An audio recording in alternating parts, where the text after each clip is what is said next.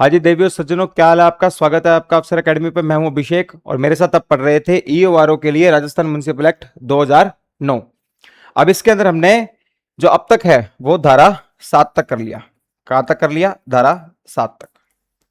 धारा 7 अपनी क्या थी, जिसके अंदर मैंने कार्यकाल टर्म ये आपको बताया था, जो कि कितना होता है 5 साल का बेसिकली होता है। बाकी की जो मोस्ट इंपोर्टेंट बातें है वो लास्ट क्लास में आप इसके अंदर देख सकते हो। आज की जो क्लास है आज हम इसको शुरू करेंगे धारा 8 से, सेक्शन नंबर 8 से इसको शुरू करेंगे और सेक्शन नंबर 8 से हम आगे जहां तक हमारी और आपकी श्रद्धा मिलकर चलेगी वहां तक इसको हम कंप्लीट कर देंगे। ठीक है भाई। एक्ट के अंदर अपनी क्लासें चल रही होंगी, आपको समझ में आ रहा होगा कि अच्छा चल रहा है कि बहुत अच्छा चल रहा है कि बहुत अच्छा समझ में आ रहा है, पर फिर भी एक राय रहेगी कि आप इसके टेस्ट वगैरह जरूर लगाया करो भाई। टेस्ट लगाने से क्या होता है, एक सेल्फ एवेल्यूशन होता है। क्या होता है? Self evaluation. जब तक आप सेल्फ एवेल्यूएशन नहीं करोगे तब तक आपको एक बात कभी पता नहीं चलेगी कि यार मैं अच्छा खेल रहा हूं कि बुरा खेल रहा हूं। ठीक है। क्रिकेटर होता है ना, क्रिकेटर, वो नेट प्रैक्टिस क्यों करता है? अपने बल्ले के स्विंग को देखने के थोड़ी करता है।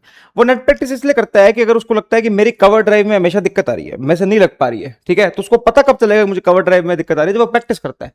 क्योंकि गेम में जाके अगर पता चला तो गेम में तो पता चलने का मतलब होता है आउट हो जाना। गेम में पता चलने का मतलब होता है आउट हो जाना, और यहां पर पता चलने का मतलब होता है गेम में आउट नहीं होना।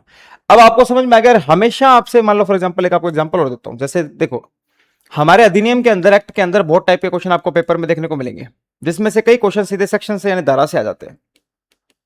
सेक्शन यानी कि धाराओं से क्वेश्चन आ जाते हैं कि निम्नलिखित में ये बात लिख दी, बताओ कौन सी धारा में है।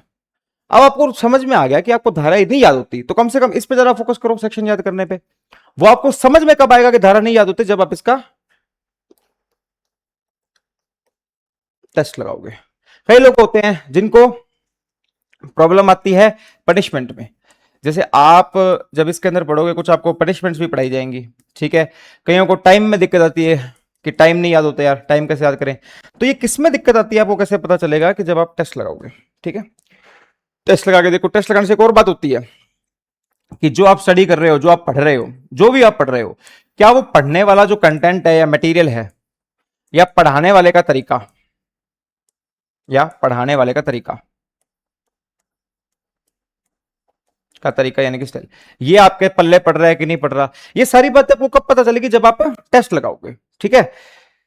टेस्ट लगाओ भाई। टेस्ट के लिए आप टेस्ट सीरीज ले सकते हो,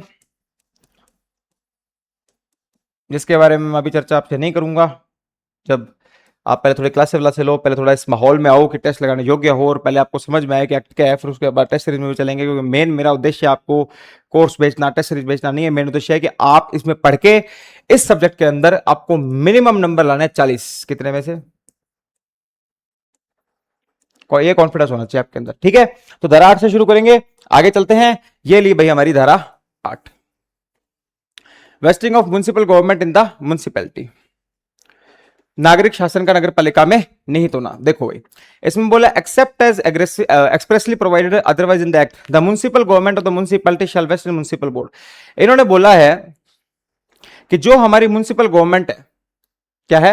म्युनिसिपल गवर्नमेंट है किसकी? म्युनिसिपैलिटी की। वो किसके अंदर होगी? बोर्ड के अंदर होगी, काउंसिल के अंदर होगी, और अगर कॉर्पोरेशन है कॉर्पोरेशन के अंदर होगी। किसके द्वारा ली जाएगी?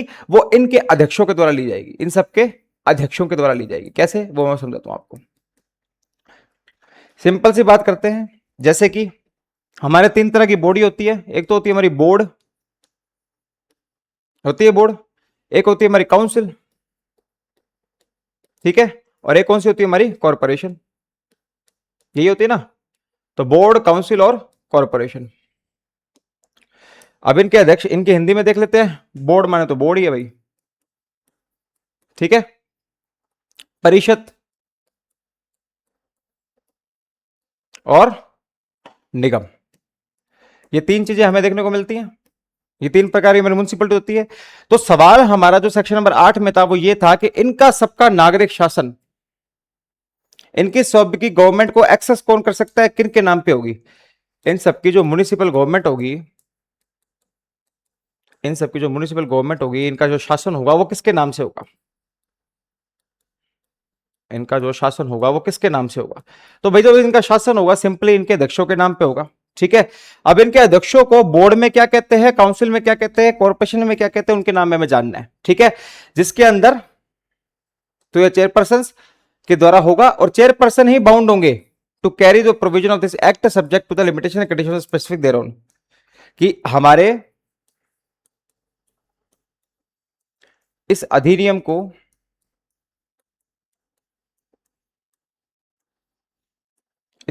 को लागू करवाने की जिम्मेदारी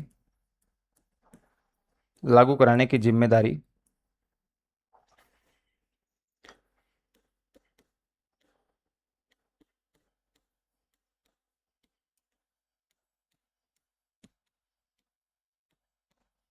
अध्यक्षों के द्वारा होगी।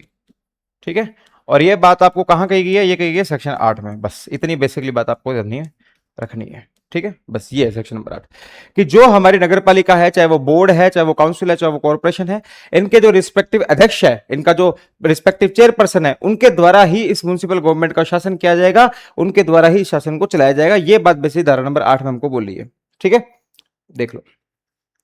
नागरिक शासन में नगरपालिका का निहित होना इस अधिनियम के अभिव्यक्त रूप से अन्यथा अनुमोदित छोड़कर किसी नगरपालिका का नगरपालिका शासन बोर्ड या परिषद यथास्थिति नगर निगम में उनके अध्यक्षों के माध्यम से निहित होगा। किसके माध्यम से? अध्यक्षों के माध्यम से निहित होगा, जो इस अधिनियम के उपबंधों में इस निर्दिष्ट सीमाओं तथा निबंधनों के अधीन रहते हुए कार्यवंत करने के लिए कार्यरत होंगे। ये बेसिक बात है। ठीक है, इतनी बात आपको समझ में आ गई? समझ गए बात? ठीक है जी, एक सेकंड रुकना ना।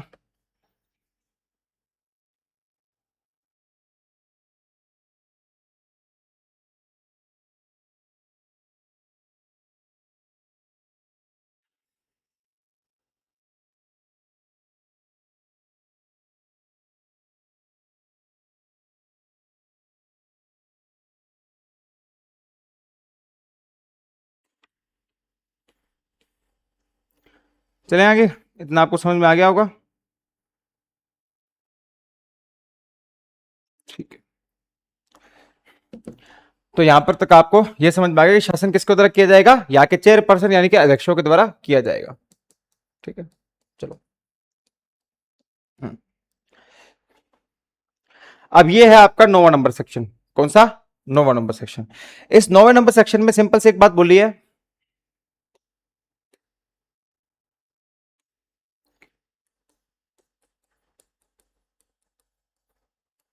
Division into ward. इसमें क्या होगा? वार्ड में बांटना। किसमें? वार्ड में बांटना। धारा नंबर 9। मुझे बताओ, जब मैंने क्लास पहले पहले शुरू करी थी, जिसके अंदर अपने पहले स्टार्टिंग के सेक्शंस पढ़ रहे थे, उसमें मैंने बताया था कि हमारी जो नगर पालिका होती है, कि हमारी जो म्युनिसिपैलिटी होती है, इस म्युनिसिपैलिटी में कौन से इलेक्शंस होते हैं? डायरेक्ट, सीधे इलेक्शंस होते हैं। कैसे? जिसमें जनता सीधा वोट करती है। अब ये डायरेक्ट इलेक्शन के लिए हमारे यहां पर एक इनकी टेरिटरी होती है। क्या होती है? टेरिटरी। टेरिटरी जहां से व्यक्ति चुनाव लड़ता है, उस टेरिटरी को हम क्या कह रहे थे? म्युनिसिपैलिटी वाली को वार्ड। ठीक है, यानी कि एक वार्ड से व्यक्ति आएगा, एक वार्ड से व्यक्ति आएगा और इलेक्शन लड़ेगा, है ना? और इलेक्शन लड़ेगा, उस वार्ड का क्या बन जाएगा? मेंबर बन जाएगा। राइट? तो डायरेक्ट इलेक्शन हो गया, और इस व्यक्ति के इलेक्शन के लिए हम सारे व्यक्ति उनको वोट करेंगे, जो भी उस वार्ड के मेंबर हैं, जो भी उस वार्ड के हमारे व्यक्ति रहने वाले हैं। अब आपको ध्यान ये रखना है कि सबसे पहले वार्ड में इलेक्शन कराने के लिए हमें पूरी की पूरी म्युनिसिपैलिटी को क्या करना पड़ता है? वार्ड में बांटना पड़ता है। क्या करना पड़ता है? वार्ड में बांटना पड़ता है। अब ये हमने क्या कर दिया? वार्ड में बांट दिया।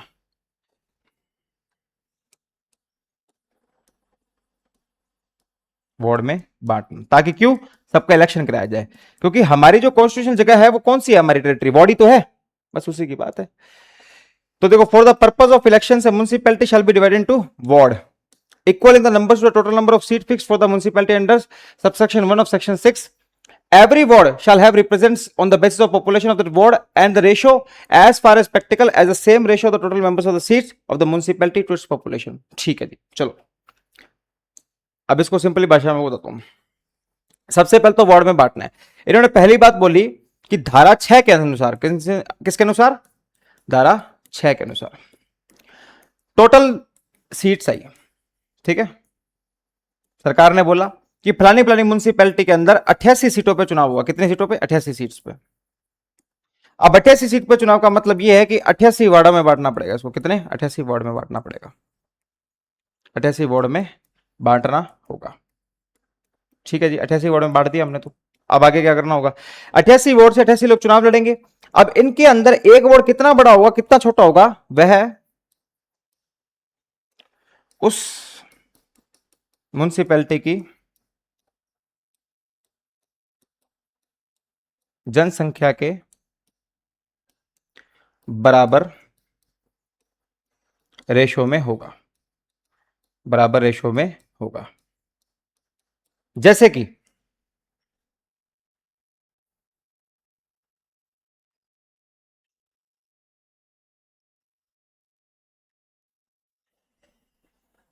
कि मान लीजिए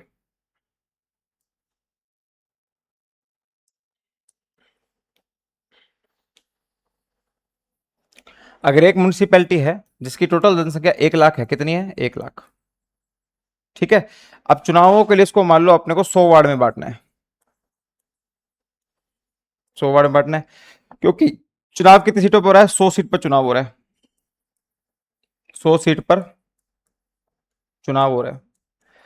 अब ये 100 सीट पर चुनाव हो रही है तो हमारे को राज्य सरकार ने बोल दिया था 100 सीट पर चुनाव होगा, तो इसलिए हमने म्युनिसिपैलिटी को कितने वार्डों में बांटा? 100 वार्डों में बांटना अगर 100 सीट पर चुनाव होगा तो। अब इन्होंने कहा है कि रेशियो इसका बराबर होना चाहिए, यानी कि अगर मैं 1,00,000 को 100 से डिवाइड करता हूं तो कितने आते हैं? 1,000 आते हैं ना। तो इसके अंदर कॉमनली अप्रोक्स हर वार्ड लगभग 1,000 लोगों का होना चाहिए। लोगों का होना चाहिए। होना चाहिए। आपको बिल्कुल ऐसे नहीं करना कि भैया एक वार्ड में तो 1,500 लोग आ रहे हैं और एक वार्ड में 500 ही आ रहे हैं। नहीं, बराबर बराबर रेशो होना चाहिए। वही बात हमें किस में कही गई है? धारा नंबर 9 में कही गई है। इन्होंने सिंपली यहां पर यह बात बोली कि इलेक्शंस के कामों के लिए म्युनिसिपैलिटी को हम वार्ड में बांटते हैं। क्यों बांटते हैं? क्योंकि हमें सरकार ने बोल दिया था इतनी सीटों पर चुनाव कराना तो उसको वार्ड में बांटना पड़ेगा। बिकॉज आपकी जो चुनावी क्षेत्र है जिसको अपने टेरिटोरियल कॉन्स्टिट्यूंसी बोलते हैं वो तो यहां पर वार्ड ही बना जाएगा। हर वार्ड जो होगा उसके अंदर पॉपुलेशन के हिसाब से लोग होंगे। अगर 1,00,000 पॉपुलेशन है और 100 वार्ड में बांटना है तो एक वार्ड में 1,000 के आसपास लोग होने चाहिए अप्रोक्स। ऐसे नहीं किसी वार्ड में तो 2,000 कर दिए और एक वार्ड में खाली छोड़ दिए, नहीं। ठीक है। तो ये बेसिकली हमें क्या बताता है? सेक्शन नंबर 9 इसके बारे में बताता है। अपेक्षा करता हूं कि आपको धारा 8 और धारा 9 समझ में आ गई होगी। ठीक है। निर्वाचन के प्रयोजन नगरपालिका की धारा 6 के उपधारा 1 के अधीन नगरपालिका के लिए नियत कुल स्थानों की संख्या के बराबर वार्डों में विभाजित किया जाएगा। प्रत्येक वार्ड के प्रतिनिधित्व उस वार्ड की जनसंख्या के आधार पर होगा और उसका अनुपात यथासंभव वही होगा जो नगरपालिका के स्थानों की कुल संख्या की उसकी जनसंख्या के साथ है। ठीक है। चलिए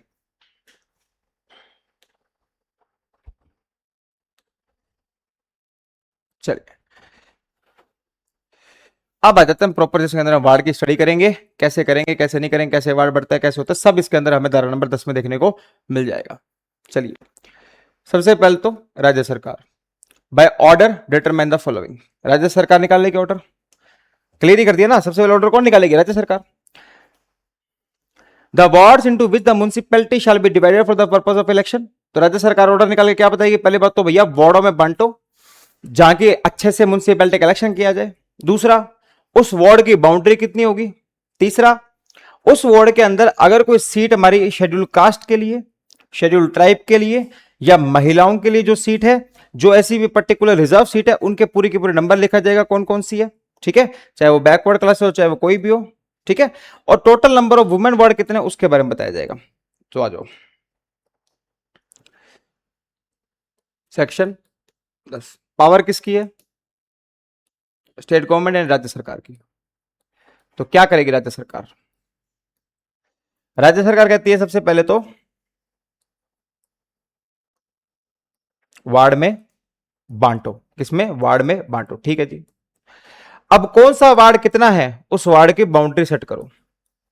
उस वार्ड की बाउंड्री सेट करो। बाउंड्री सेट करो। ठीक है। कौन से वार्ड में, कौन से वार्ड में रिजर्व सीट है, रिजर्व सीट है बताओ। यह बताएगी। ठीक है। उसके बाद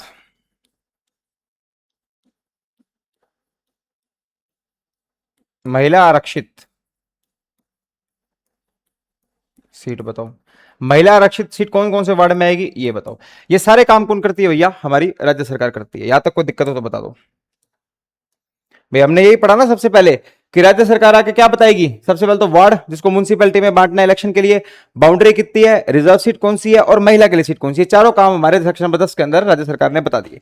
वार्ड जिनमें प्रत्येक नगर पालिका का निर्वाचन होगा, प्रत्येक वार्ड की सीमा, अनुसूचित जाति जनजातियां, महिला के लिए सीट जो आरक्षित उनके लिए बताना, और प्लस स्पेशल महिला वार्ड की संख्या कौन सी है।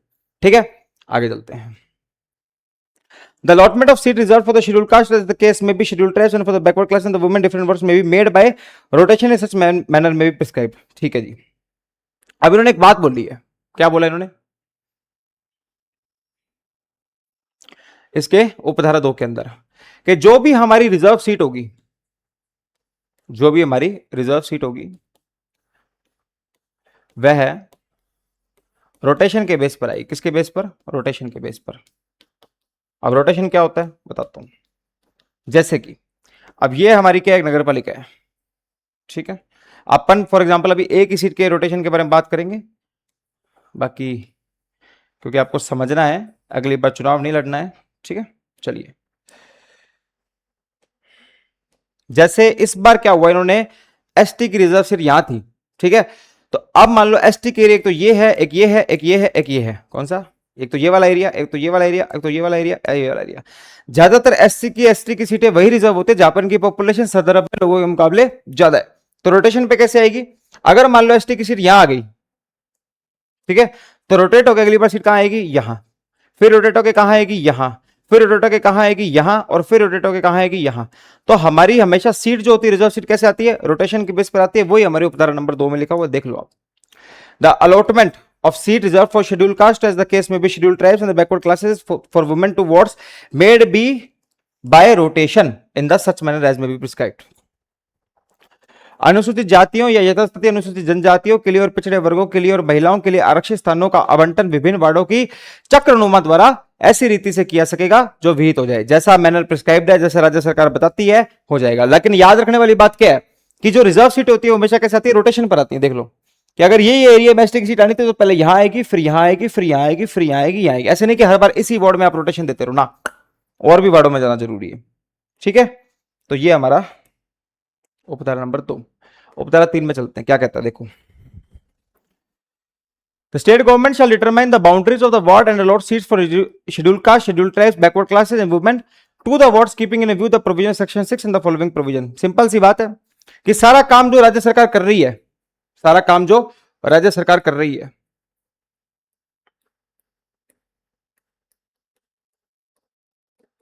जो भी काम है, चाहे वो आरक्षित सीटों का हो रहा है, जैसे रिजर्व सीटें है एससी की, एसटी की, तो उन्होंने बोला है कि धारा 6 को मद्देनजर रखते हुए करोगे। अब धारा 6 में ऐसा क्या था, धारा 6 में हमने ये बताया था कि सीटें किस प्रकार से डिवाइड होती है। फॉर एग्जांपल हमने एससी एसटी की बात करी तो हमने बोला था कि उनको पॉपुलेशन के संदर्भ में करोगे आप, ठीक है। उसके बाद हमने बोला था कि जहां पर ओबीसी की होगी तो 50% से जितनी सीटें कम पड़ती हैं उतने ओबीसी का आरक्षण हो जाएगा। महिला की टोटल आधी सीटें होंगी, जहां पर एससी एसटी का आरक्षण 70% तक जा रहा है, वहां पर हमारी कम से कम ओबीसी की एक सीट होगी। ये सब धारा 6 में था, याद है कि हो गया अधिकतर। कोई मिला के चलो नहीं हो गया तो दोबारा करा देंगे, पर ये आपको बताया था मैंने, और ये आपको ध्यान में रखना है कि राज्य सरकार धारा 6 को याद में रखते हुए उनका क्या करेगी, आरक्षण बताएगी, क्योंकि धारा 6 में ही बताया हुआ कैसे आरक्षण देना है, ठीक है। चलिए, और राज्य सरकार किस चीज का ध्यान रखेगी, पहला, all ward shall be as far as practically be geographically compact areas. सभी वार्ड यथातथ भौगोलिक रूप से सहज क्षेत्र होंगे। अब इसका मतलब क्या मैं बताता हूं, जैसे कि अब देखो, मान लो सबसे पहले तो उपधारा 3, तो उपधारा 3 क्या कहती है कि राज्य सरकार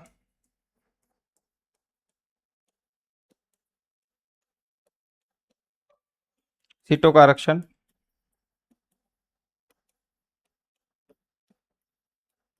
धारा 6 के अनुसार, ठीक है, धारा 6 के अनुसार, समझ गए। और क्या क्या ध्यान रखेगी, पहला, कि ज्योग्राफिकली कॉम्पैक्ट एरियाज। अब ज्योग्राफिकली कॉम्पैक्ट एरियाज क्या होते हैं वो आपको बताता हूं। जैसे फॉर एग्जांपल अपन तो समतल क्षेत्र पे रहते हैं, कुछ लोग क्या है वैसे पहाड़ियों पे भी रहते हैं, यूं है ना, कुछ लोग ऐसे भी तो रहते हैं। अब इसमें से जब सरकार वार्ड बांटने पे आएगी तो इस पहाड़ी को अलग से थोड़ी वार्ड बना देगी यार, किसको वार्ड बना दो भाई, क्योंकि एरिया तो बन रहा है, इसको वार्ड बना दो, लोग तो रहते हैं यहां पे, तो बना दो ना। क्या नहीं साहब नहीं बना सकते, क्यों नहीं बना सकते, साहब पहाड़ी के ऊपर थोड़ी वार्ड बनेगा, तो क्या करे कि इसको इनके साथ ही जोड़ दो ना, क्या फर्क पड़ रहा है, क्योंकि ज्योग्राफिकली कॉम्पैक्ट एरिया नहीं है वो भले ही 4 लोग वहां पर रहते हैं, तो उनको कम से कम ऐसा थोड़ी है कि उनके वार्ड में अलग से बूथ लगेगा, अलग से इलेक्शन होगा, नहीं उनके लिए सुटेबल नहीं है ये बात। तो क्या करें, इसको भी आप क्या करो यहां किसी वार्ड के साथ कनेक्ट कर दो। तो हमेशा वार्ड जो होना चाहिए वो कैसे होना चाहिए, ज्योग्राफिकली कॉम्पैक्ट एरिया होना चाहिए, भौगोलिक स्थिति से सही एरिया होना चाहिए। ऐसा नहीं कि वहां पर कोई ऊंचा एरिया है, कोई नीचा एरिया है, कोई और है, कहीं यहां से जगह बाड़ बना के छोड़ दो, लोगों को करो परेशान आप। तो क्या होना चाहिए, हमेशा भौगोलिक रूप से सहत एरिया होना चाहिए। Such votes which are reserved for the scheduled caste or scheduled tribes shall be distributed in those different parts of the municipal area with the proportion of the population of such caste as the case may be tribe is comparatively larger। ये मैं आपको पहले पता नहीं 50 बार बता चुका हूं, एक बार और बता देता हूं। मैंने आपको बताया था कि SC ST की सीट ज्यादातर वहीं रिजर्व होगी जहां पर उनकी पॉपुलेशन ज्यादा है। अगर मान लो किसी वार्ड में, जैसे कि मान लो ये नगर पालिका है, ठीक है, अब ये वार्डों में बटी हुई नगर पालिका है, तो इसमें सीट ज्यादातर रिजर्व होने का चांस इनका उन्हीं एरिया में है जहां पर इनकी पॉपुलेशन जो है वह ज्यादा है, नॉर्मल लोगों के मुकाबले वह ज्यादा है, तो वहीं पर ही इनकी सीट रिजर्व होगी। ऐसी जगह पर सीट रिजर्व नहीं करेंगे जहां पर SC ST कम है, अगर ज्यादा है तो वहीं पर इनकी सीट रिजर्व करेगी। तो वो मैं आपको पहले बता चुका हूं, क्योंकि जब मैंने आपको टेबल बना के बताया था सीट रोटेशन वाला, तो ऐसे ऐसे ऐसे डॉट लगाए थे, ये ऐसे डॉट उस एरिया पर लगाए थे जहां पर इनकी पॉपुलेशन ज्यादा है। चलिए, the numbering of the ward shall commence from north western corner of the local area of the municipality. ये बहुत इंपॉर्टेंट है, इसको मैं समझाता हूं कैसा नंबरिंग कैसे शुरू होगी। देखो ये तो ये मैं बनाया था ना, फिर मैंने सीटें यहीं क्यों बनाई, सिर्फ ये सीटें वो एरिया है जहां पर SC ST की पॉपुलेशन ज्यादा है, और मैंने बताया था कि सीटें रोटेशन पर आएंगी, यहां से रोटेट होकर यहीं जाएंगी, फिर यहां जाएगी, फिर यहां जाएगी, यहां जाएगी, सिर्फ उन्हीं क्षेत्रों में जहां पर इनकी जनसंख्या कंपैरेटिवली ज्यादा है। चलिए अब बात करें नंबरिंग की। देखो नंबरिंग का सिंपल मैटर होता है, कैसे होता है, तो जैसे कि ये हमारा एक म्युनिसिपैलिटी है, ये हमारी क्या है, एक म्युनिसिपैलिटी है। चलिए ये हमारी क्या है, एक म्युनिसिपैलिटी है, ठीक है। अब ये हमारा कौन सा एरिया हो गया, ये वाला कौन सा एरिया हो गया, नॉर्थ। ये कौन सा हो गया, साउथ। ये कौन सा हो गया, ईस्ट। और ये कौन सा हो गया, वेस्ट। यही है। तो इनकी नंबरिंग जो शुरू होगी, ये कह रहे हैं कि किसी वार्ड की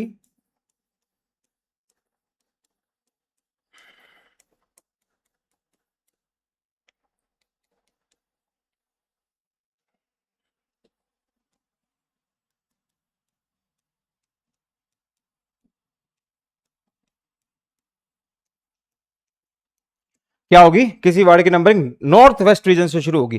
तो नॉर्थ ये आ गया, वेस्ट ये आ गया, तो नॉर्थ वेस्ट रीजन का कौन सा हो गया, ये 1, ठीक है। अब यहां से नंबर शुरू करेंगे इसके 2 3 4 5 6 7 8 9 10 11 12 13 14 15 16 17 18 19 20, यहां पर 20 वार्ड बन गए। पर नंबरिंग कहां से शुरू होती है, हमेशा नॉर्थ वेस्ट से। कहां से, इस एरिया से, क्योंकि ये है north west region, north west. तो आपको ध्यान क्या रखना है कि कभी भी लोकल एरिया जो होगा जैसे नंबरिंग शुरू करेंगे वो कौन सा होगा, हमारा नॉर्थ वेस्ट रीजन होगा उस म्युनिसिपैलिटी का, वहां पर जो भी एरिया आता है उसका नंबर नंबर वार्ड पहला होगा, ठीक है। तो ये बात यहां पर बोली हुई है, देख लो, ओके। चलो, वार्डों की संख्या किसी नगर पालिका के स्थानीय क्षेत्र के उत्तरी पश्चिमी कोण से शुरू होगी, तो जो ये वाला एरिया होता है। आगे चलते हैं। The draft of the order under subsection 1 shall be published for filing objections and respect thereof with such period not being less than 7 days and a copy thereof shall be sent to the concerned municipality for the comment। ठीक है, अब देखो simple बात बताते हैं आपको। इन्होंने यहां पर क्या बोला है, पहले तो उपधारा 1 की बात करी है। अब उपधारा 1 हमारी क्या कहती थी, वार्डों में बांटना, ठीक है। तो इन्होंने यहां पर क्या बोला कि ऑर्डर जो है उपधारा 1 का, उसका जो ड्राफ्ट है वो पब्लिश कर दिया जाएगा। क्यों पब्लिश कर दिया जाएगा मैं बताता हूं, देखो आओ। अब धारा 10 हमें क्या बोलती है, वार्ड में बांटने की बात पूरी कर रही है कि कैसे वार्ड में बांटा जाएगा, उनकी क्या होगी, उनकी एरिया क्या होगा, और उसके रिगार्डिंग एससी एसटी की सीट क्या होगी, सब कुछ होगा। जैसे ही ये ड्राफ्ट कंप्लीट हो जाएगा, इसका क्या हो जाएगा, ड्राफ्ट इसका कंप्लीट हो जाएगा। तो जैसे ही इसका ड्राफ्ट कंप्लीट हुआ, इसको ड्राफ्ट कंप्लीट करके सरकार क्या करती है,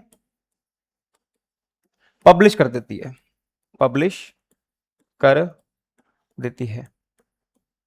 क्यों पब्लिश करती है, कि पब्लिश इसलिए करती है कि अगर किसी व्यक्ति को इस पर्टिकुलर ड्राफ्ट से दिक्कत है, अगर मान लो कोई व्यक्ति यूं कह देता है कि यार देखो, आपने, ये हमारी नगर पालिका थी, आपने ऐसे वार्डों में उसको बांटा, या आपने वार्डों में बांट दिया उसको, ठीक है, फिर आपने जो हमारी नंबरिंग थी वो आपने यहां से स्टार्ट कर दी, क्योंकि ये हमारा नॉर्थ वेस्ट पार्ट बनता था सरकार के, ठीक है, दिक्कत का है, लेकिन सर आपने प्रॉब्लम कर दी। प्रॉब्लम क्या कर दी आपने, हमारे जो एस सी एस टी की जनसंख्या है वो एक तो इस वार्ड में, एक इस वार्ड में, और एक इस वार्ड में, इन 3 वार्ड में ज्यादा है, 1 2 और 3, ठीक है, लेकिन आपने जो एसटी की सीट दी है वो दी है आपने इस वार्ड में, ये क्यों कर दिया, ये तो बताओ, इसका क्या रीजन है भाई। इस वार्ड में आपने क्या कर दी, एसटी की सीट दे दी, लेकिन जो जनसंख्या है वो इन 3 वार्ड में ज्यादा है, तो ये आपने क्यों किया, तो ऑब्जेक्शन आ गया, प्रॉब्लम हुई ना उनको, क्योंकि गलत काम हो रहा है।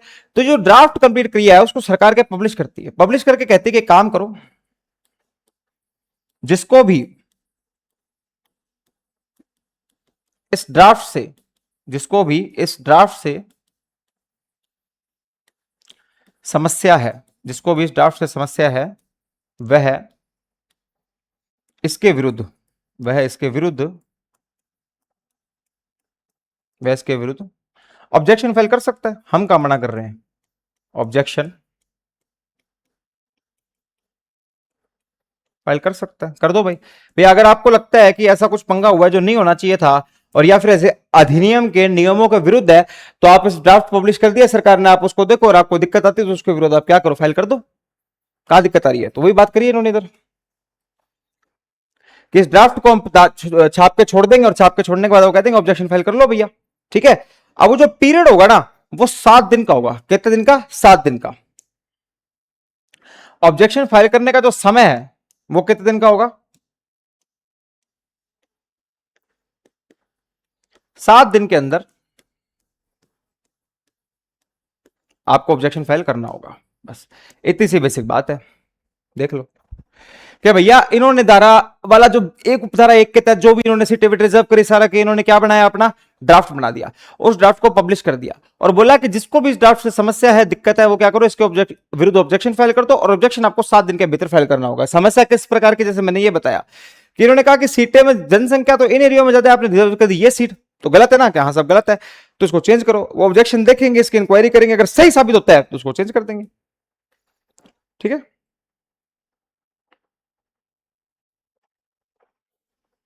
उपधारा 1 के अधीन आदेश के प्रारूप किसके संबंध में ऐसी कलाविधि के भीतर जो 7 दिवस से कम ना हो, आक्षेप दाखिल करने के लिए प्रकाशित किया जाएगा, और उसके प्रतिलिपि संबंधित नगर पालिका को टिप्पणी हेतु जाएगी, ठीक है। तो मिनिमम टाइम पीरियड आपका कितना होना चाहिए, 7 दिन का, ठीक है। मिनिमम टाइम पीरियड कितना होना चाहिए, 7 दिन का, 7 सॉरी 7 दिन के अंदर नहीं है, मिनिमम टाइम पीरियड है। ऑब्जेक्शन फाइल करने के लिए जो भी समय दिया जाएगा, जो भी समय दिया जाएगा, दिया जाएगा, वह कम से कम, वह कम से कम 7 दिन का होना चाहिए, वह कम से कम 7 दिन का होना चाहिए। ये बात आपको देना, कितने दिन का, कम से कम 7 दिन का होना चाहिए, ठीक है। चले, चलिए। द स्टेट गवर्नमेंट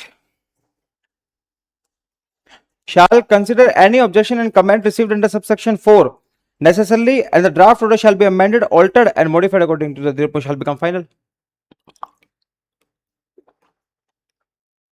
सिंपल सी बात है कि उपधारा 4 के तहत, कि ये जो हमारी उपधारा है, इस 4 के तहत जो भी इनके पास कंप्लेंट आएगी उसको देखेगी, उसको देखने के बाद उसकी इंक्वायरी करेगी, अगर वो कंप्लेंट सही पाई जाती है, चीज सही पाई जाती है, तो उसको नोटिस मिलेंगे और उसको चेंज कर देंगे, और चेंज करने के बाद जो ऑर्डर होगा वो फाइनल हो जाएगा। फिर चेंज करने के बाद जो ऑर्डर बनेगा वो कैसा हो जाएगा, फाइनल हो जाएगा। सिंपल सी बात है, यही बात है इसके अंदर, ठीक है। चलिए आगे चलते हैं, आओ।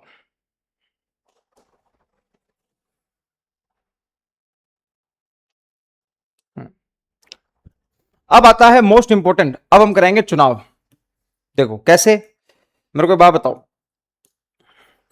म्युनिसिपैलिटी बन गई, बन गई साहब, वार्डों में डिवाइड कर दिया साहब, ठीक है, सीट रिजर्व कर दी साहब, नंबरिंग कर दी जी।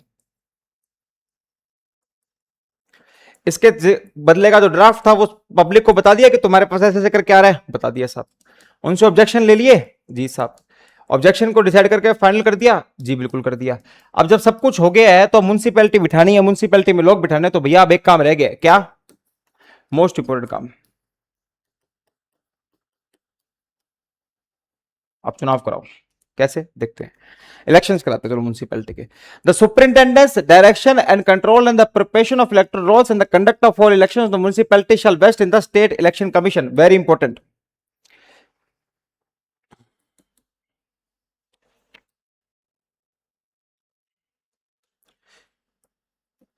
हमारी जो भी इलेक्शन होते हैं, किसके? लोकल बॉडीज के। किसके? लोकल बॉडीज के। अब उन लोकल बॉडीज के अंदर आ जाए, चाहे तो हमारी कौन सी म्युनिसिपैलिटी आ जाए, या फिर म्युनिसिपैलिटी के साथ साथ हमारी पंचायत आ जाए, जो भी लोकल बॉडी हो जाए, कोई फर्क नहीं पड़ता उससे। इन इलेक्शंस का पूरा सुपरिंटेंडेंस कंट्रोल जो कुछ भी है, इन इलेक्शंस का पूरा कंट्रोल, कंप्लीट जिम्मेदारी जो होती है, अब इसको अलग अलग शब्दों का इस्तेमाल कर सकते हो, सुपरिंटेंडेंस ले लो, कंट्रोल ले लो, कुछ भी ले लो, जो इनकी कंप्लीट जिम्मेदारी कंट्रोल होती है वो किसकी होती है? राज्य निर्वाचन आयोग की होती है। किसकी होती है? राज्य निर्वाचन आयोग की, स्टेट इलेक्शन कमीशन की। बस। तो स्टेट इलेक्शन कमीशन बेसिकली दो इलेक्शन करता है हमारे देश में, पहला तो कौन सा? लोकल बॉडीज में म्युनिसिपैलिटी को, दूसरा कौन सा? पंचायत का।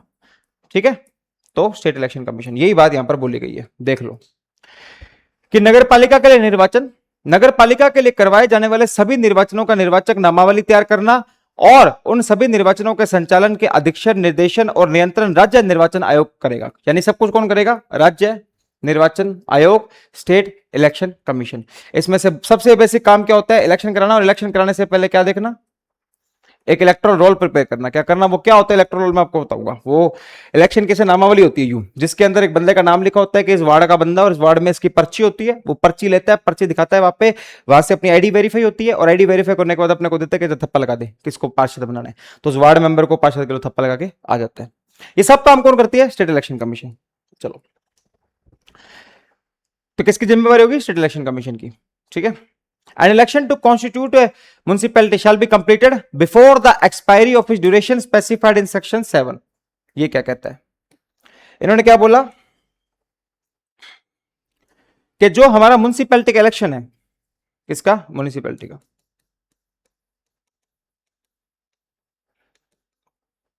म्युनिसिपैलिटी का इलेक्शन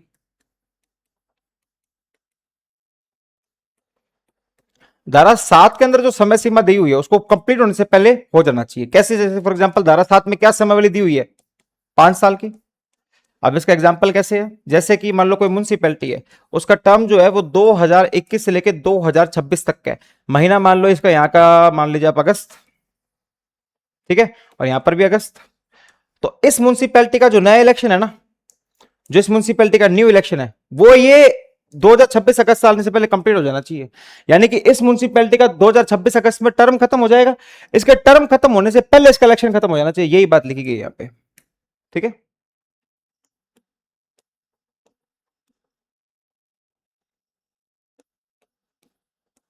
यह समय से पहले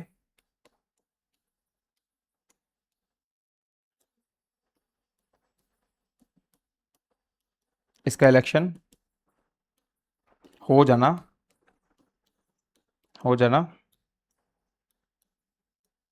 चाहिए। ठीक है, क्योंकि अगस्त 2026 में तो इस म्युनिसिपैलिटी का टर्म ही खत्म, तो इससे पहले इलेक्शन कराओ, ताकि जब नई म्युनिसिपैलिटी बने तो राज्यों के बैठ जाए। हालांकि ऐसा हो नहीं रहा राजस्थान में, हमारे यहाँ पर टर्म खत्म हुए कब भगवान जाने कितना टाइम हो गया। अभी सारा काम जो है वो प्रशासनिक अधिकारी संभाल रहे हैं, कोई एडीएम संभाल रहा है, कहीं पर कोई एसडीएम संभाल रहा है, कहीं पे कोई संभाल रहा है, चेयरमैन बैठा नहीं है, अधिशासी अधिकारी बैठे नहीं है, काम बाबुओं को दिया हुआ है, तो सारा काम ठप पड़ा है लोकल बॉडीज का। तो क्योंकि रूल क्या कहता है? रूल तो ये कहता है ना कि जैसे ये 5 साल खत्म होंगे तो इससे पहले इसका इलेक्शन कराओ। पर राजस्थान में हो रहा है क्या? ऐसा नहीं हो रहा। क्यों? क्योंकि अब टर्म खत्म हो तो साल हो गया, कि सवा साल हो गया, पर इलेक्शन कहां हुए हैं? नहीं हुए। तो काम कौन कर रहा है? कोई नहीं कर रहा काम। चेयरमैन वहां पर बैठा नहीं है, वाइस चेयर वहां पर बैठा नहीं है, ईओ नहीं है वहां पर, ईओ का काम बाबू कर रहे हैं, क्लर्क कर रहे हैं, और जो प्रशासनिक ज्यादा बड़ा काम है वो एडीएम को दे दिया, एसडीएम को दे दिया, सब आप कर लो, ये चल रहा है भाई। लेकिन रूल क्या कहता है कि इस टर्म के खत्म होने से पहले, म्युनिसिपैलिटी के टर्म खत्म होने से पहले इलेक्शन करवाओ। मैं नहीं कहता हूं, राजस्थान नगर पालिका अधिनियम 2009 कहता है। मेरी नहीं सुनो तो राजस्थान नगर पालिका अधिनियम की तो सुनो। धारा 7 में निर्दिष्ट इसकी अवधि के समुप होगा। तो धारा 7 में कितनी अवधि है? 5 साल। किसके 5 साल खत्म होने से पहले इलेक्शन करा के खत्म करो, ये रहा। ठीक है,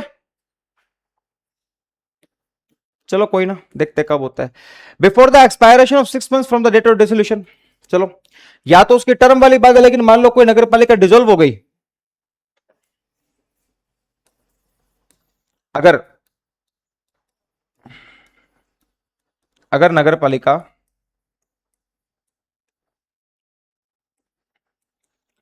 पालिका डिसॉल्व हो गई,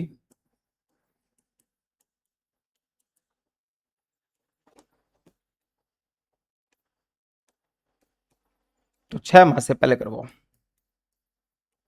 ठीक है, अगर टर्म है, टर्म की बात चल रही है, तो 5 साल का है, तो 5 साल पूर्व होने से पहले, यानी कि उस इस एग्जांपल के रूप में अगस्त 2026 से पहले अगर वह डिसॉल्व हो गई, तो डिसॉल्व होने के 6 महीने के अंदर अंदर आपको इलेक्शन करा के नई म्युनिसिपैलिटी बना देनी है। और मुझे एक बात बताओ कि मान लो फॉर एग्जाम्पल, तो थोड़ी तुमसे पूछा पाछी कर लूं, देखूं, अगर मान लो कोई म्युनिसिपैलिटी है, उसका टाइम जो है वो अगस्त, ऐसे क्वेश्चन आएंगे, अब देख लो, एक क्वेश्चन बता रहा हूं, ऐसे क्वेश्चन आएंगे योग पेपर के अंदर इस बार जो एक्ट के लिए हवा बना, अगस्त 2021 से लेके इसका टाइम जो है वो जुलाई 2026 तक का है। ठीक है, ये हमारी एक म्युनिसिपैलिटी का टाइम है, यहां तक कोई दिक्कत हो रही है? ठीक है जी। तो ये जब हमारी म्युनिसिपैलिटी का टाइम है, तो ये म्युनिसिपैलिटी डिसॉल्व हो जाती है, यहां तक तो चली। और यहां पर जैसे ही आता है फरवरी 2026, कब आता है? फरवरी 2026। तो फरवरी 2026 को म्युनिसिपैलिटी डिसॉल्व हो जाती है किसी कारणवश। अब वो किस कारणवश होती है हमें उससे लेना देना नहीं, डिसॉल्व हो गई। हमने ये पढ़ा है कि जैसे ही म्युनिसिपैलिटी डिसॉल्व हो, तो कब तक इलेक्शन करा देना चाहिए? 6 मास के अंदर इलेक्शन हो जाना चाहिए, 6 मास के भीतर। तो मुझे बताओ क्या स्थिति में कब इलेक्शन हो जाना चाहिए फिर इसका, जब क्योंकि फरवरी 2026 में तो डिसॉल्व हो गई है, तो कब इलेक्शन हो जाना चाहिए? 6 मास के भीतर, ठीक है, या फिर 1 साल के अंदर?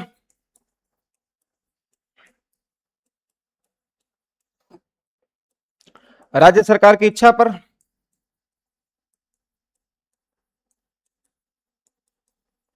इच्छा पर नहीं होना चाहिए,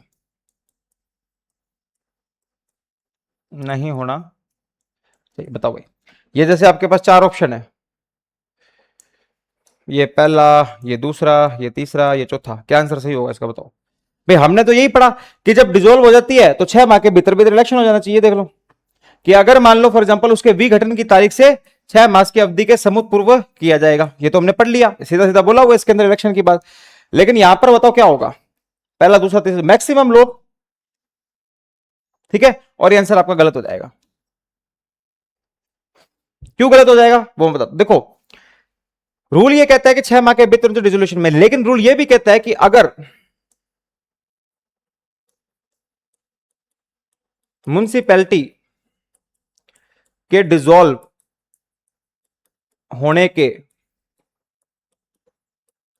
बाद उसके मुख्य कार्यकाल का समय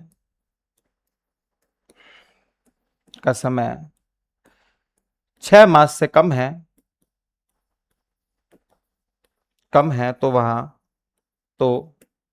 वहां निर्वाचन, तो वहां इलेक्शन नहीं कराया जाएगा, नहीं कराया। अगर मैं पेपर बनाऊं ना इस बार, तो मैं तो भाई सारा पेपर ही एनालिटिकल रूप में दूं, मैं सारा पेपर तो एनालिटिकली पकड़ो। अब मुझे बताओ, फरवरी में डिसॉल्व हो गई है, फरवरी में, और फरवरी अगर मैं 2026 से बात करूं, तो मुख्य जो कहां तक आता है? जुलाई। क्या फरवरी 2026 से मुख्य जुलाई तक 6 महीने हो जाते हैं क्या? मार्च अप्रैल मई जून जुलाई, मार्च अप्रैल मई जून जुलाई, 5 महीने होते हैं सब। जब 5 महीने ही बचते हैं, तो 5 महीने का समय 6 महीने से कम है, तो यहां पर इलेक्शन नहीं होगा, इलेक्शन नहीं होगा। तो आंसर ये सही हो जाएगा। अब ऐसे एनालिटिकल क्वेश्चन आएंगे। अब मैं नहीं कहता ये बहुत हार्ड क्वेश्चन है, लेकिन क्वेश्चन कब गलत होता है, जब आपने बेसिक रूल पता होता है और बेसिक रूल का ऑप्शन पहले ही होता है, तो आप ठक से टिक मार दो आगे निकल जाते हो, फिर अल्लाह ओके हुई, मैं तो काम खराब हो गया, ये तो होना नहीं चाहिए था, ये तो मैंने पढ़ा था, ये तो मेरे को पुराने पुराने मास्टर ने पढ़ाया था, उसकी गलती है। तो आपको ये ध्यान रखना है कि ऐसे क्वेश्चन आएंगे इस बार, क्योंकि पेपर हार्ड बनेगा भैया, मेरे को 110% है ये बात, और ऐसा पेपर है मजा आ जाएगा तुमको। तो चुनाव बेसिकली तो सेक्शन 7 का टर्म खत्म होने से पहले करवाओ, और अगर डिजोल्व हो जाती तो डिजोल्यूशन की डेट के 6 महीने के भीतर भीतर उस चुनाव को करवा दो, ठीक है। अब ये आ गया इसका परंतु, जो मैंने आपसे सवाल पूछा था। अब जिंदगी, ये मैंने आपको पहले इसलिए कराया क्योंकि अब इसको आप नहीं भूलोगे, अगर मैं पहले प्रोवाइडर पढ़ा के छोड़ देता तो यहां से जाता हूं, यहां इसको तितर कर देते, अब वहां सवाल गलत कर दिया तो अब इसको नहीं भूलोगे, कैसे देख लो। ये वही बात है जो मैं बताने वाला हूं, ये जो मैं अभी क्वेश्चन कराया था उसी से रिलेटेड है ये। That where the remainder of the period for which a dissolved municipality would have continued less than six months, it shall not be necessary to hold an election under the constituting polity for such period. अगर समय सीमा 6 महीने से कम है तो election कराने की आवश्यकता, परंतु जहां शेष अवधि जिसके लिए कोई भी गठित नगर पालिका बनी रहती 6 मास से कम है, वह ऐसी अवधि के लिए नगर पालिका का गठन करने के लिए इस खंड के अधीन कोई निर्वाचन करना आवश्यक नहीं होगा। यही बात मैंने आपको यहां पर पूछी थी कि समय सीमा फरवरी से जुलाई तक 5 मंथ है, 5 मंथ 6 मंथ से कम होते हैं तो इलेक्शन करने की आवश्यकता नहीं, इसलिए ये क्वेश्चन गलत हो गया और ये वाला ऑप्शन सही हो गया, ठीक है देवियों और सज्जनों, समझ में तो आ रहा है ना। चलिए, for the aforesaid purposes the state government shell on the recommendation of the state election commission call upon all the wards to elect the members on such dates as may be specified in the notification in accordance with the provision of this act and the rules and the orders made by the thereunder, ठीक है। चलिए,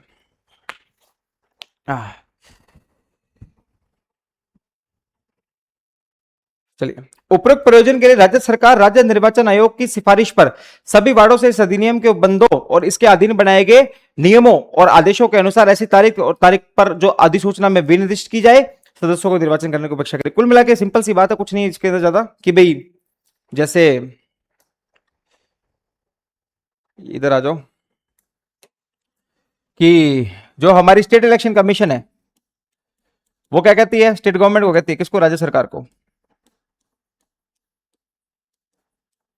कि भैया आप एक काम करो, वार्डो को बोलो कि इस तारीख से हमारे इलेक्शन होने वाले हैं और अपनी तैयारी शारी पूरी कर ले, नाम वाम दे दें और कंटिन्यूटी करें, इसका हम नोटिफिकेशन इलेक्शन का निकाल रहे हैं। नोटिफिकेशन आएगा, नोटिफिकेशन के अंदर डेट्स वगैरह होंगी, उस डेट के अंदर फिर हमारे इलेक्शंस की तैयारियां शुरू हो जाएंगी। कुल मिला के वार्डों को कौन कहता है, राज्य सरकार कहती है, लेकिन उनको यह बात करने को कहता कौन है, स्टेट इलेक्शन कमीशन। वही बात है बस। उपयुक्त प्रयोजनों के लिए राज्य सरकार राज्य निर्वाचन आयोग की सिफारिश पर सभी वार्डों से इस अधिनियम के बंदों और इसके अधीन बनाए गए नियमों और आदेशों के अनुसार ऐसी तारीख या तारीख को जो अधिसूचना में विनिर्दिष्ट हो जाए सदस्यों का निर्वाचन कराने की अपेक्षा करेगी।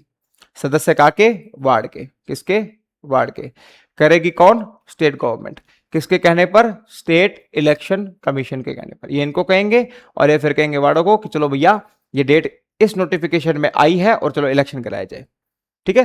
कुल मिला के कोई ज्यादा बड़ी बात नहीं है, पर कभी कभी कोई सनकेड़ा आ जाता है एग्जामिनर, वो बना दे तो बना दे कि भैया वार्डों को इलेक्शन कराने की कौन जिम्मेवारी देता है, कौन कहता है, तो राज्य सरकार। किसके कहने पर कहती है, स्टेट इलेक्शन कमीशन। चले, when a new municipality is established, जब कोई नई म्यूनिसिपैलिटी बनाई जाती है, shall be constituted as far as possible in the accordance with the provision of this act relating to general elections of the municipality। जब कोई नई नगर पालिका स्थापित होती है वह यथासंभव नगर पालिका के साधारण निर्वाचन से संबंधित नियम के उपबंधों के अनुसार गठित होगी। हमें पता ही है, ये मान लो ये एक लोकल एरिया है साहब, जो पहले नगर पालिका नहीं था, ये कोई लोकल एरिया जो पहले नगर पालिका नहीं था, अब इसको म्यूनिसिपैलिटी बनाना है तो इसके ऊपर इस एक्ट के ही प्रावधान लगेंगे, वो और क्या है वो तो पता ही है।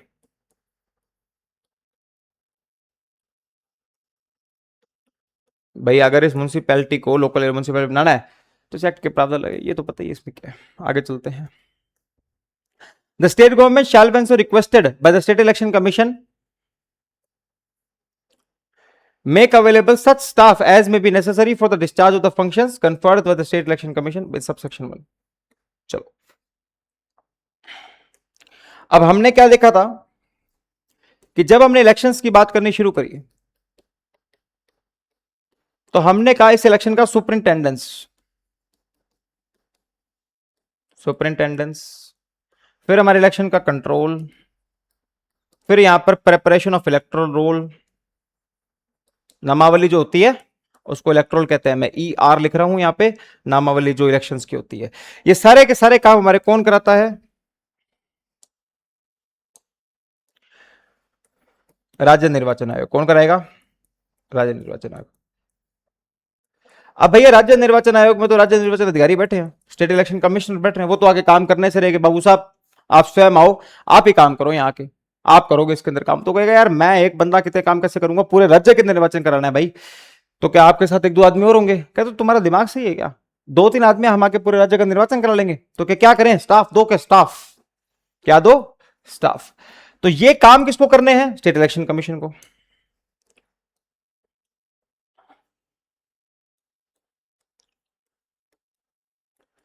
इन कार्यों के लिए, इन कार्यों के लिए राज्य सरकार, राज्य सरकार स्टाफ उपलब्ध करवाएगी, स्टाफ उपलब्ध करवाएगी राज्य निर्वाचन आयोग को।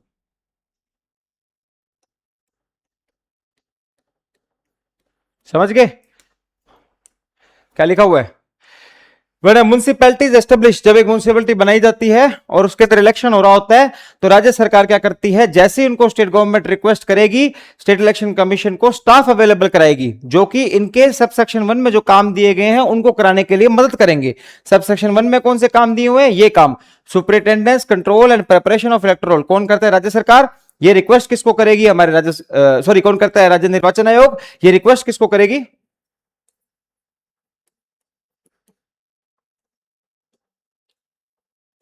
ये रिक्वेस्ट किसको करेगी? राज्य सरकार को। किस चीज की रिक्वेस्ट करेगी? कि भाई साहब आपसे हाथ जोड़ के गुजारिश है कि कृपया करके हमें ये कर दीजिए, इसका मतलब हमें स्टाफ उपलब्ध करा दीजिए, क्योंकि हमें ये सारे काम इसमें करने हैं। तो ये बेसिकली हमारे इलेक्शंस की बात हमने यहां पर कंप्लीट कर ली सेक्शन नंबर 11 पे। समझ गए मेरी बात? चलो, तो 11 नंबर सेक्शन, म्युनिसिपैलिटी के अंदर क्या होगा? इलेक्शन होगा। इलेक्शन करने की जिम्मेदारी किसकी होती है? स्टेट इलेक्शन कमीशन की। ठीक है, इसमें इलेक्शन के टाइम क्या बोला है कि धारा 7 के अंदर जो समय दिया उससे पहले इलेक्शन हो जाना चाहिए। अगर म्युनिसिपैलिटी डिसोल्व हो जाती है तो उस डिसोल्यूशन की डेट के 6 महीने के पहले पहले इलेक्शन हो जाना चाहिए।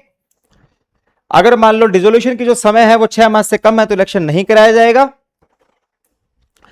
और जब कभी नई म्युनिसिपैलिटी बनती है तो इस एक्ट के अनुसार काम करेगी, वो मैं पता है। और इस इलेक्शन के सुपरिटेंडेंस, कंट्रोल और प्रिपरेशन ऑफ इलेक्टोरल की जिम्मेदारी राज्य निर्वाचन आयोग की है। लेकिन राज्य निर्वाचन आयोग रिक्वेस्ट करती है राज्य सरकार को कि भैया हमें इस काम को करने के लिए स्टाफ उपलब्ध करवा दो। इतना ही है, ये इससे बाहर नहीं जाएगा। चले तो आके कह देना मेरे को, है क्या रहेगा इसके अंदर?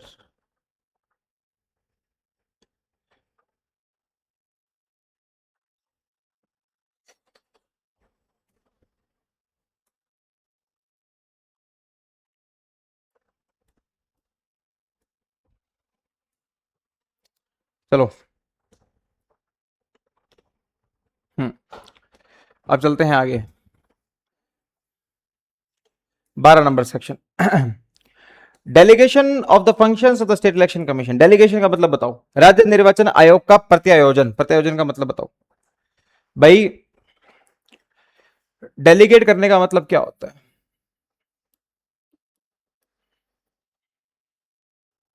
इसका मतलब ये है, जैसे कि ये है भाई, मान लो इसलिए एक लड़का है जिसका नाम है पार्थ। क्या नाम है? पार्थ। पार्थ को काम मिला कि तुम्हें 100 पिज्जा कल शाम तक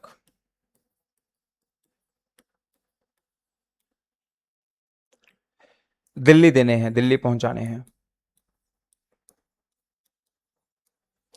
कल शाम तक दिल्ली देने हैं। कितने? 100 पिज्जा। अब पार्थ कहता है 100 पिज्जा मैं दे बना तो सकता हूं, पहुंचाने पहुंचाने काम अपने से नहीं होगा, तो अपने इस काम को क्या करेंगे? डेलीगेट कर देंगे। तो पार्थ ने किसको बोला? उमेंद्र को। किसको? उमेंद्र को। कह रहे काम कर, 100 पिज्जा मैं बना देता हूं, 100 पिज्जा में से तू 50 पिज्जा ले जा, कहां पर? दिल्ली। और दूसरा काम डेलीगेट किया किसको, किसको कराएं भाई दूसरा काम डेलीगेट, किसको करा दो दूसरा काम, मान लो मेरा नाम लिख देता हूं, तो कभी 50 पिज्जा तू ले जा दिल्ली। तो ये काम बांटने को क्या कहते हैं, डेलीगेट करना। तो यही है कि the function of the state election commission of this act rules made by orders issued to the refund thereunder subject to such general or specific direction as may be given by the state election commission on this behalf performed also by deputy election commissioner or in by the secretary of election commission। यानी कि जो भी काम यहां पर state election commission कर रही है, ठीक है, इनके काम डेलीगेट किए जाते किसको, इसको, पहले तो क्या नाम है, डेप्यूटी इलेक्शन कमिश्नर को। किसको, डेप्यूटी इलेक्शन कमिश्नर को। किसको, डेप्यूटी इलेक्शन कमिश्नर को। किसको, डेप्यूटी इलेक्शन कमिश्नर को, या फिर एक हमारे जो सेक्रेटरी होते हैं स्टेट इलेक्शन कमीशन के, उनको भी।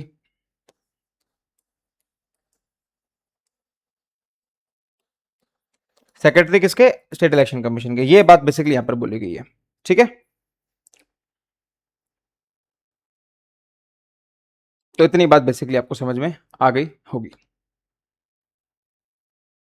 ठीक है जी। So thank you very much. तो ये आज हमारी धाराएं जो हो गई हैं वो सेक्शन नंबर 8 से लेके 12 तक हो गई हैं। उम्मीद आपको समझ में आई होगी। आपने फिर मिलेंगे अगली नई धमाकेदार क्लास के साथ आपकी और की तैयारी को और मजबूत करने के लिए। तब तक धन्यवाद, टाटा बाय बाय, सायोनारा।